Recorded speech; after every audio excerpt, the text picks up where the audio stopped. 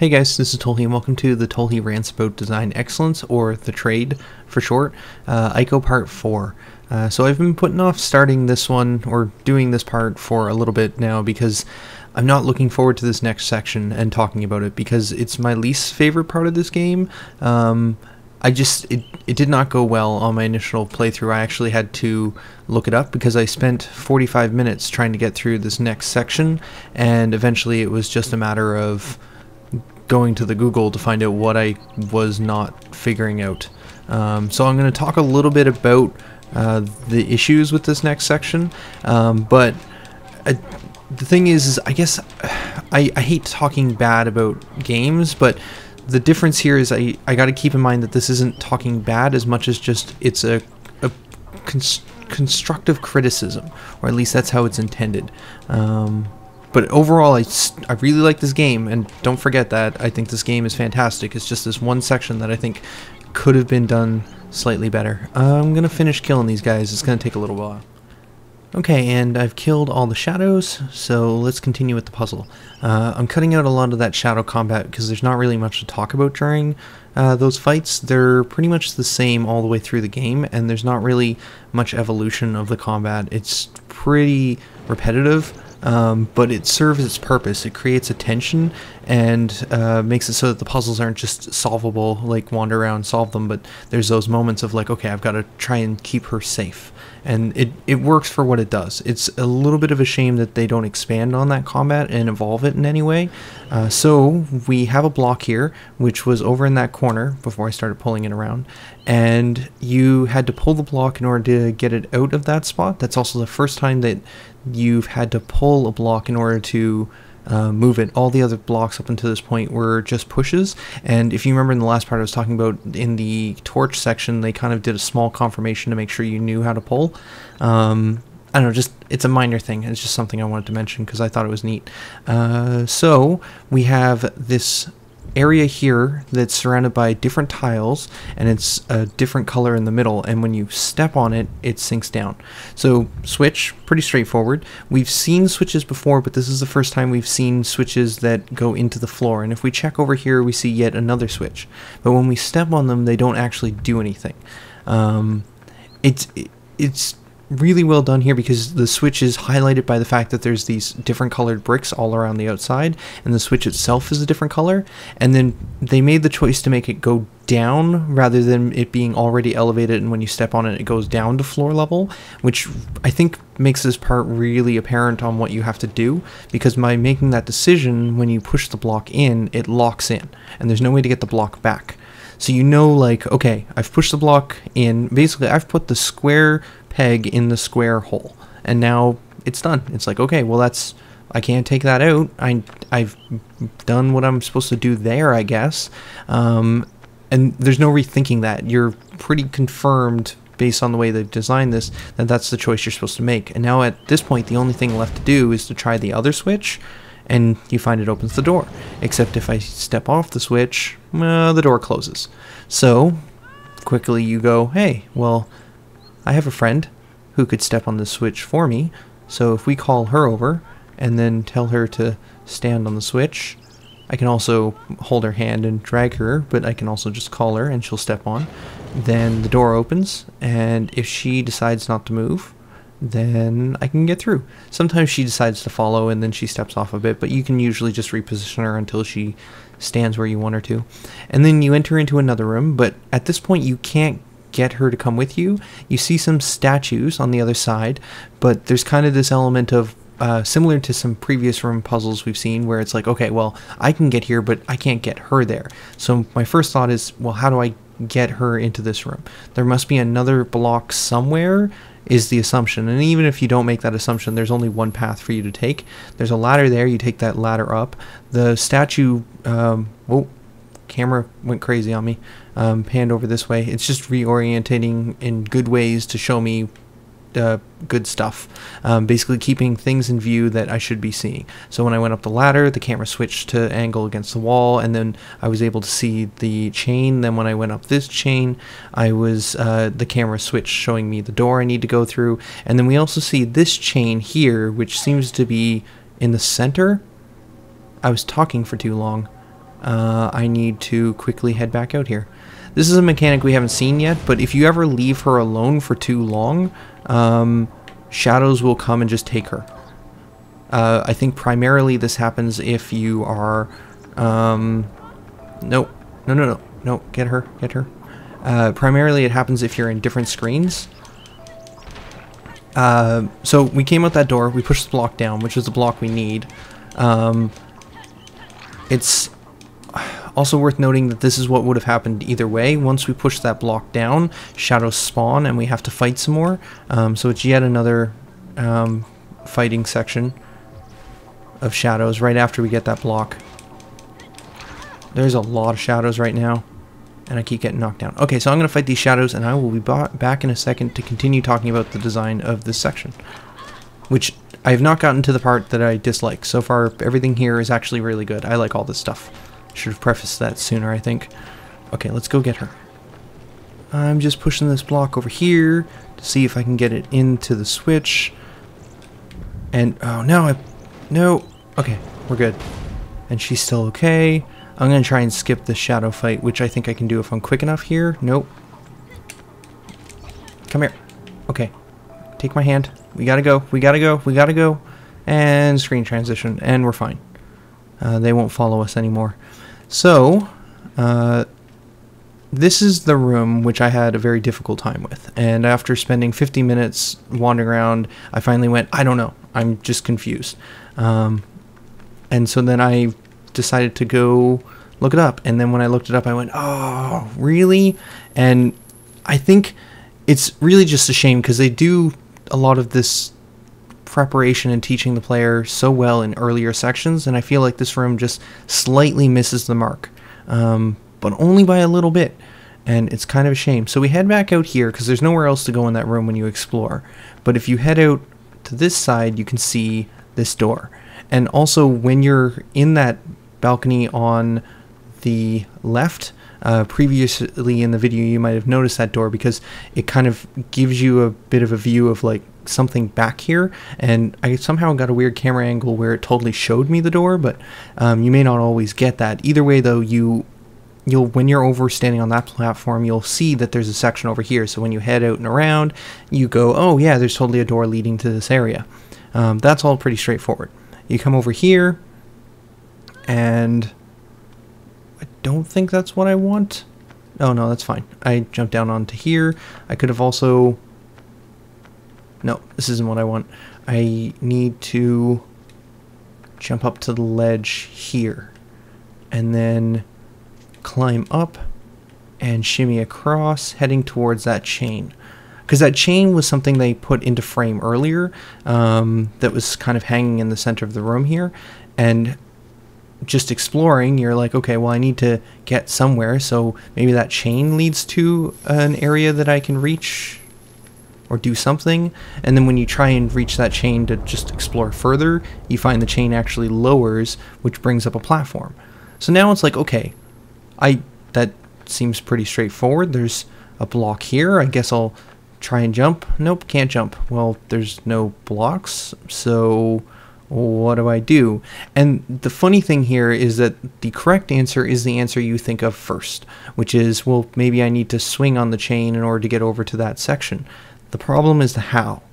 And the reason this becomes mostly an issue is because I've talked about this previously in multiple areas, that this game does this really well, is when they teach the player a new mechanic, they do it in a small area, in a tiny room, in a tight space, on a ledge where you have nowhere else to go, whereas in this room in particular, they're trying to teach me something new, but they're giving me too many options.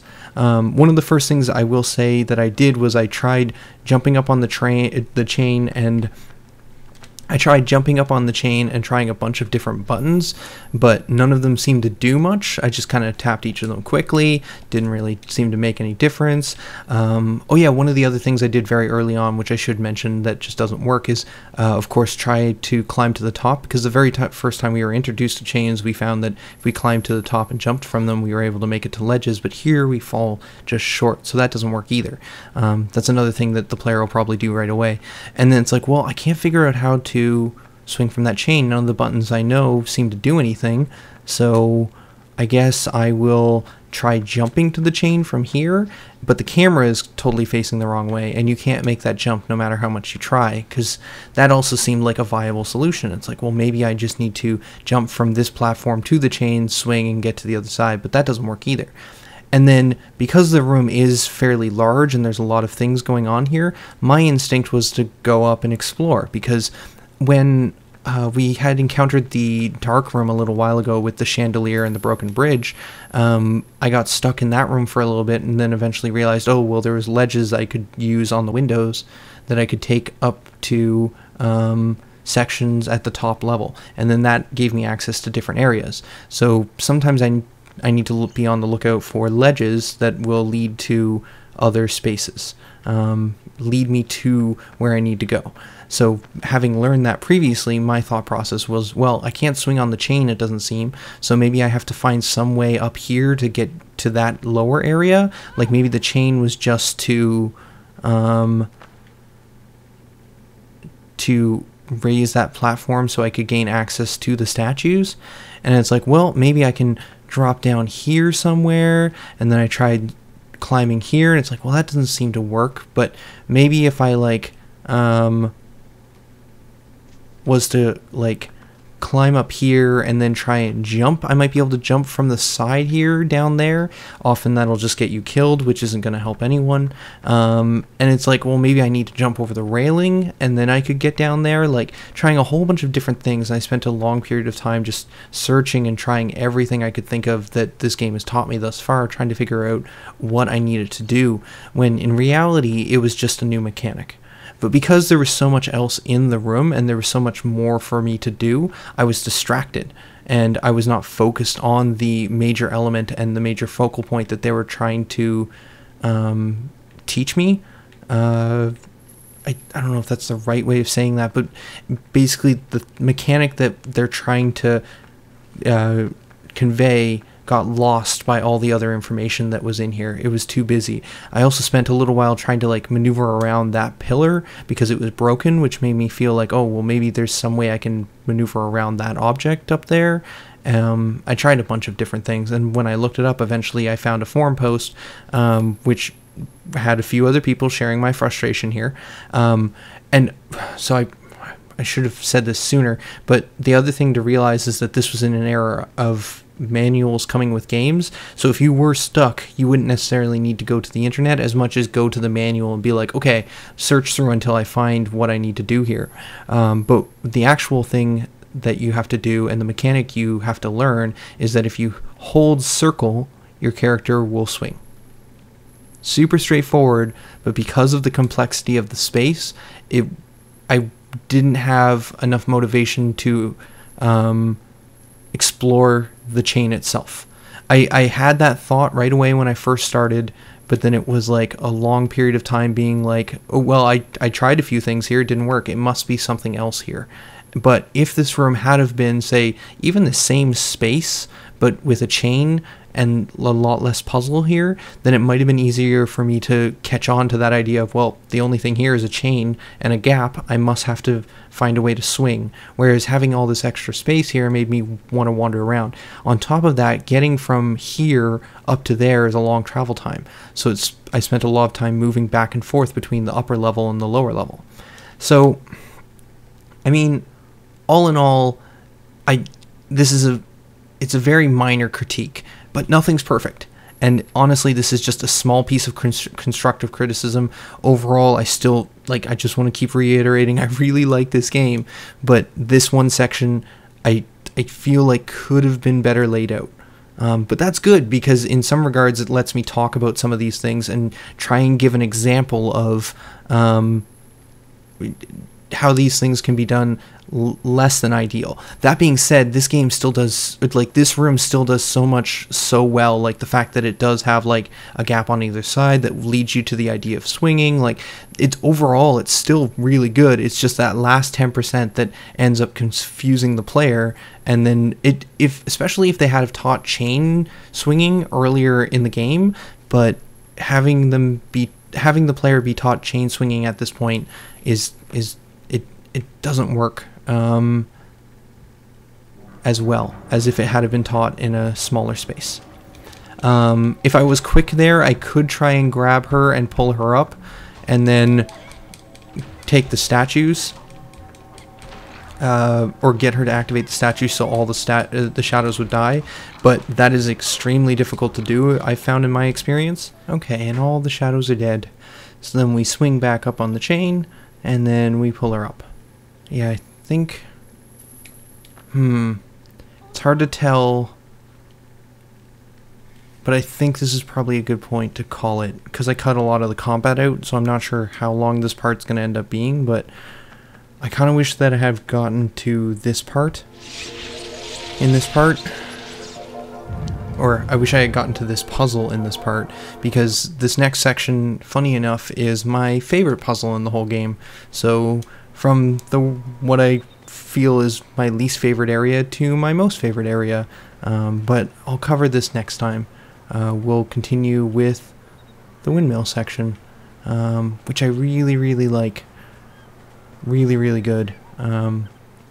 Yeah, so that is the chain swinging section of the game, which I think could have been done slightly better, but again, let me reiterate that it could have been done way worse. And there are definitely games that do teaching the player mechanics in much worse ways.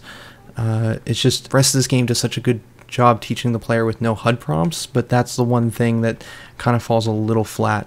And it's not that it doesn't try, because one thing that I didn't notice until my second time playing through this was, well, not second time playing through, but I went through that area, because what I did actually the first time I beat this is the same thing I'm about to do here, which is run back to this count and save, and I quit for a little bit and I came back, and when I came back and went through that room again, I found that if you tap circle but don't hold, it actually causes your main character to do like a kick animation, which is an indication to the player that tapping circle does something, which will hopefully lead them to the idea that holding circle actually causes you to swing, which is something I should have brought up sooner. But yeah, that is actually a really good indication, and if I had have been left alone with just the chain in a much smaller area, I probably would have realized tapping circle causes you to swing, but it's just something I missed,